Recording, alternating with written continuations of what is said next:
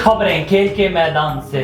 Perth test में Australia के 487 run के जवाब में पाकिस्तान ने तीसरे रोज 6 विकेटों के नुकसान पर 203 रन बना लिए। मैच के तीसरे रोज पाकिस्तान टीम ने अपनी नामुकम्मल पहली इनिंग का आगाज 2 विकेट पर 132 रन से किया। ताहम अब कौमी टीम की जानिब से कोई खिलाड़ी जमकर ना खेल सका। तीसरे रोज के खेल में चाय के वक्फे तक कौमी टीम 203 रन पर 6 विकेटें गंवा चुकी है।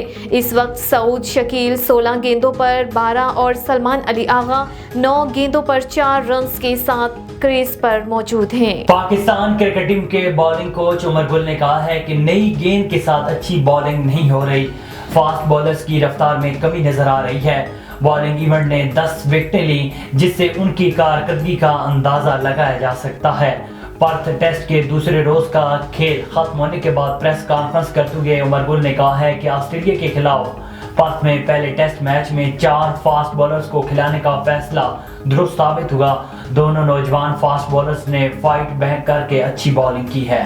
पाकिस्तान की जूनियर टीम ने जूनियर हॉकी वर्ल्ड कप में 8वीं पोजीशन हासिल कर ली।